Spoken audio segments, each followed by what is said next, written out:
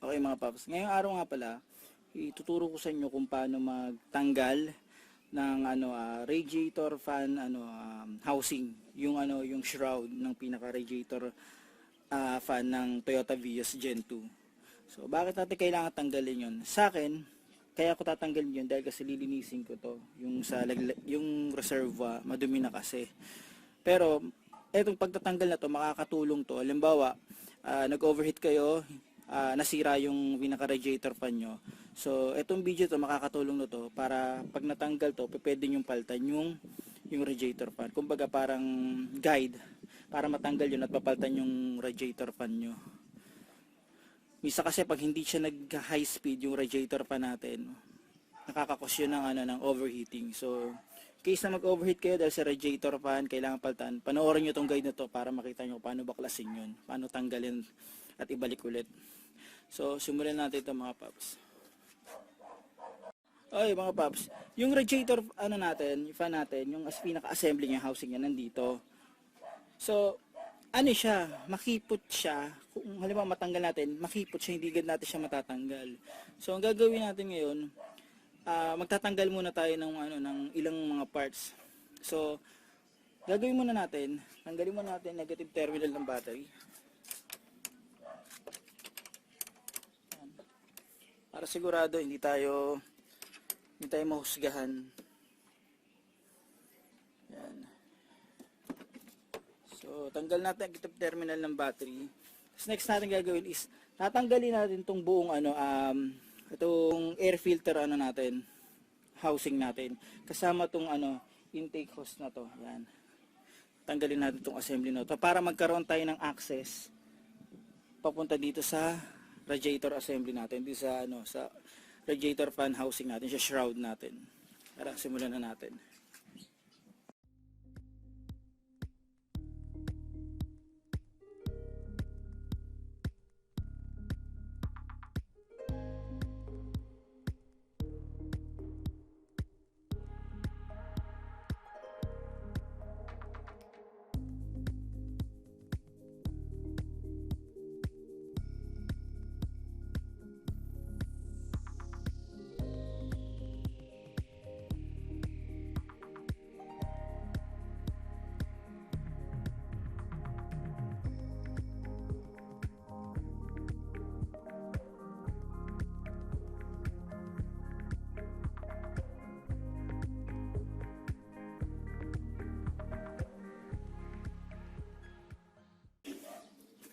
So, yan, medyo maluwag na siya, pero hindi pa rin sapat. Kahit may tatanggalin parang tayo yung isang yung part.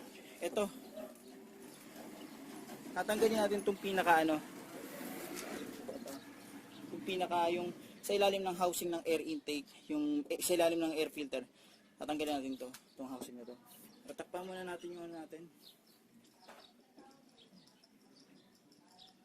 Takpan natin yung throttle body natin.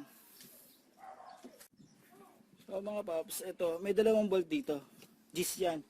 Tanggalin na lang natin siya.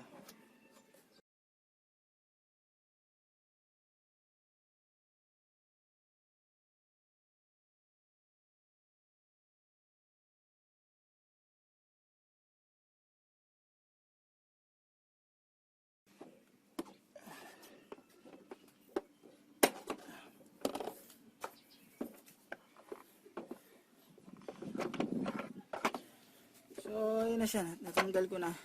Tanggal ko na to.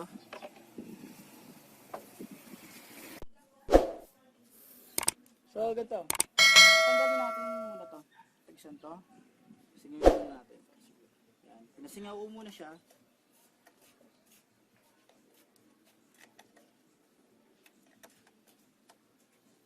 Tanggalin na natin. Handa tayo ng basahan. Isang na may tumulo. Yan, lahat naman. Kaya muna natin dito. Next. Ito, yung dito niya, yung bakal niya, yan na natin.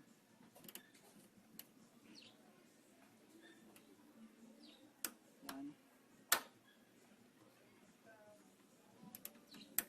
saka yung clamp niya.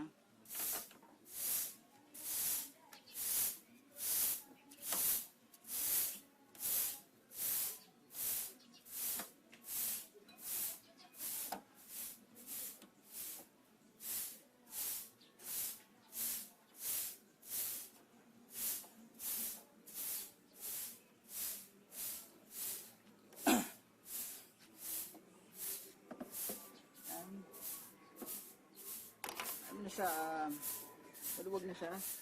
Yung kumihila na natin to. Baka may lumabas lang na tubig, na coolant.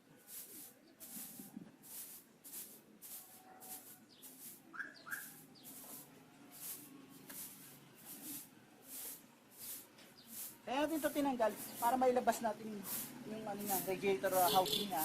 Nakakasagabal kasi ito.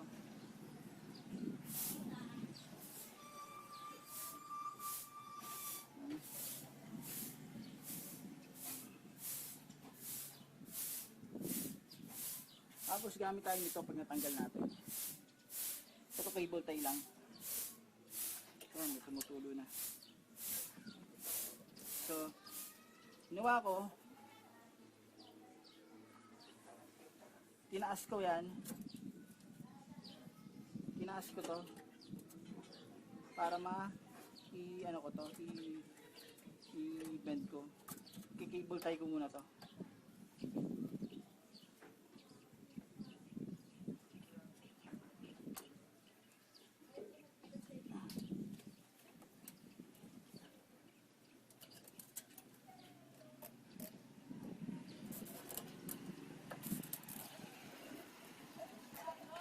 Yan. At tayo naka-cable tie na yan. So, ito na siya. Medyo may access na ako. Ngayon ito, tatanggalin ko to para mausod ko to, magalaw-galaw to. Ito lang, tatanggalin ko yung dalawang bolt na to.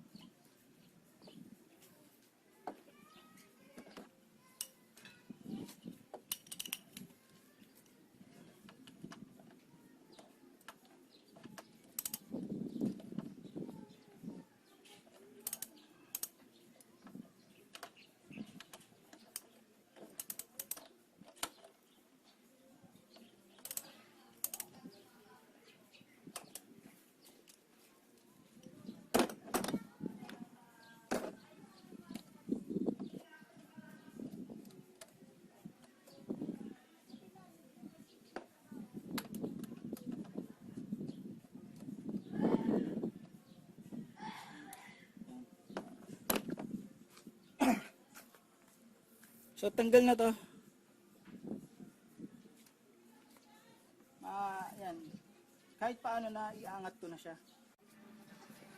So, ayan mga paps. Ito, tatanggalin natin to. Connection to sa, sa radiator, natin, fan. So, okay, push mo lang yan dyan. Tapos, ayan. So, ito, tanggalin yung clippings dito. Ayan. Tanggalin natin. So, ayan yung connection. So, ngayon, okay na siya. Tanggalin na natin yung clip nito. Ito yan, paps. Ito yung una.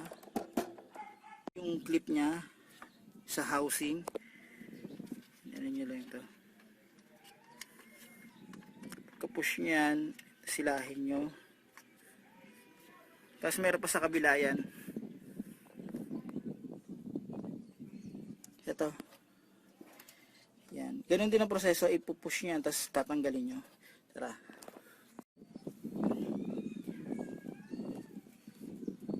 Push lang to.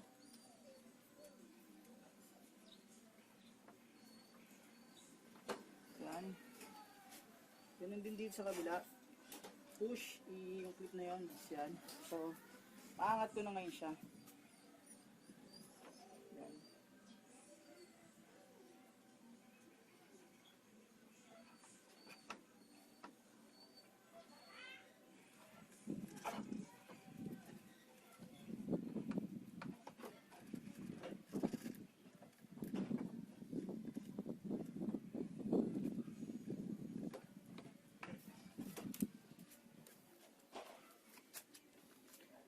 Ito na siya mga paps. Yan, pakita ko sa inyo. So, ito, yung laman nito, nasa reserva natin, nasaling ko na. mamaya kung sakali magkulang, tatapapan ko na lang siya ng distilled water kahit konti lang. O kaya, mas maganda ko meron ko yung Toyota Coolant para mas okay. So, tanggalin natin to.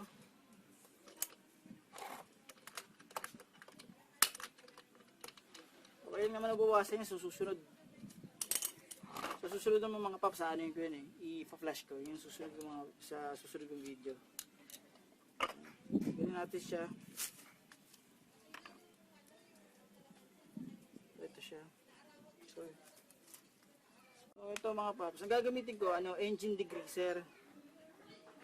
Lang, 1:1 lang, okay lang. Wag lang basta diretso dito sa gilid lang. Basta nasa natin.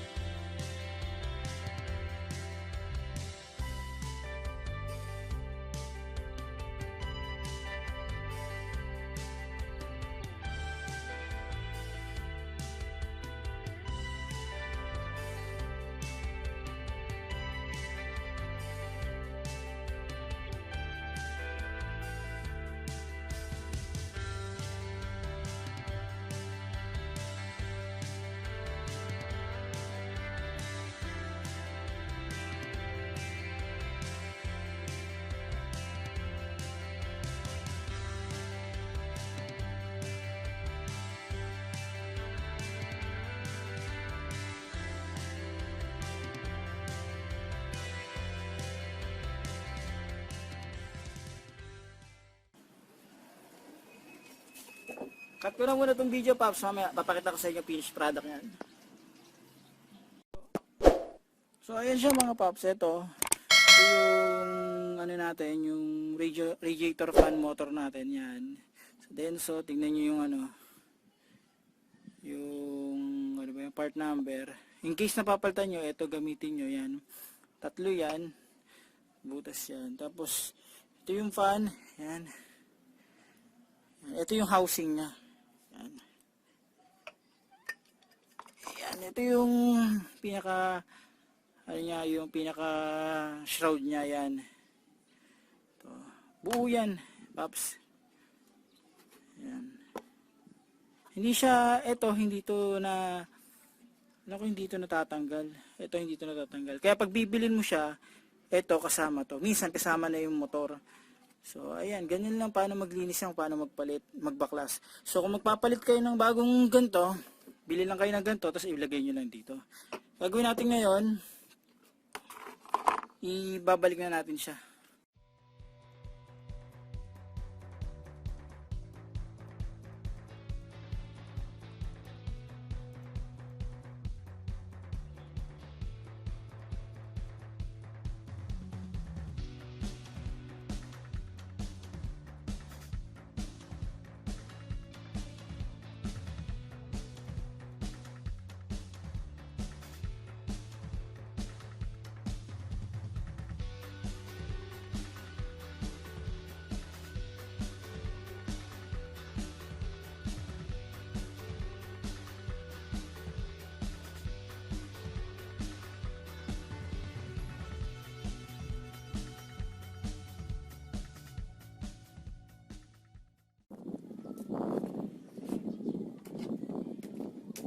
Tapos ngayon, ibabalik na natin to dito. Pagbabalik nito, ganito lang yan.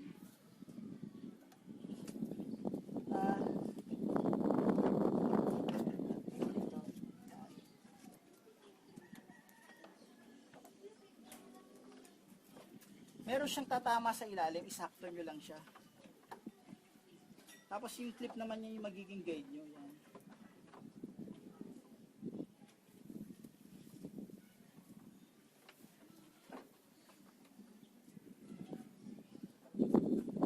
Silipin ko. May yan, tatamaan sa ilalim yan. Tapos, papantay na ito sa clip niya. So, ayan. Na-install na natin yung yung shroud niya, yung housing niya. Tapos, i-connect natin yung connection na ito. Yung clippings niya. Tapos, yung connection niya dito. lang. Connect na siya, okay na. Next is babalik natin yung air filter housing niya.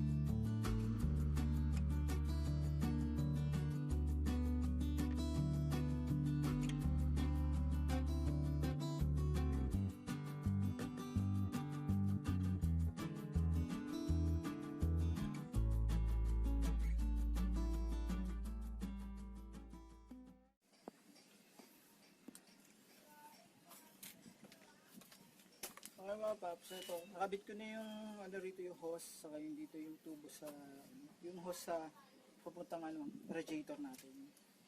Ngayon, babalik ko na yung yung air intake housing saka yung air filter dito. Tapos kukunik ko na yung mga hose na nakukunik yung mga idle up saka mga clippings.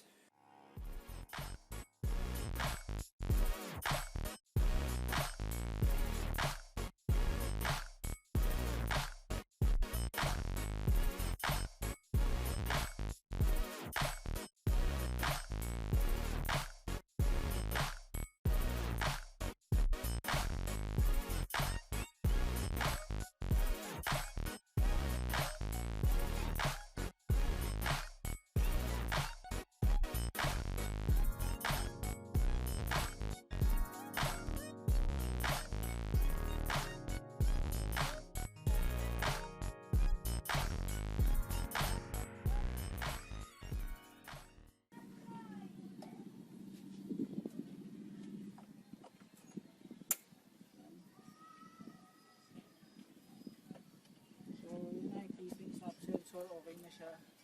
Ngayon, yung sa radiator natin, since na-anuhan ko yung kanina, ibabalik ko yung tinanggal kong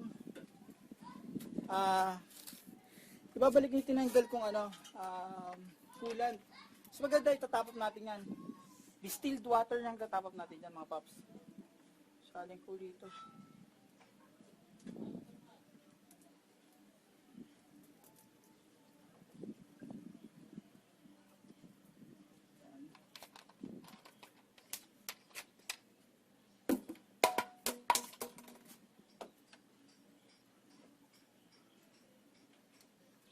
Yan. So, okay na siya. Check nyo na lang kung siya. Tapos tapan na, kung nagkulang man ng coolant, dagdagan na lang natin ng distilled water. Top up lang. Mas maganda kung meron tayong Toyota coolant. So, ayun mga paps. Napakita ko sa inyo kung paano tanggalin yung radiator fan shroud or yung housing niya. Ganun din yung proseso sa pagtatanggal ng ng radiator fan mismo. So overheat siya, tanggalin niyo lang yung palitan niyo ng fan. Gusto niyo kung may mga tama na yung shrouding niya, palitan niyo ng buo 'yon. So ito, ikukunik ko na lang yung battery, tapos papaandarin ko na lang. So mga paps, sana may natutunan kayo sa video na to. Marami pa tayong mga susunod na video, so huwag niyo kalimutan i-like, subscribe, or share yung channel ko. Hanggang sa muli mga paps.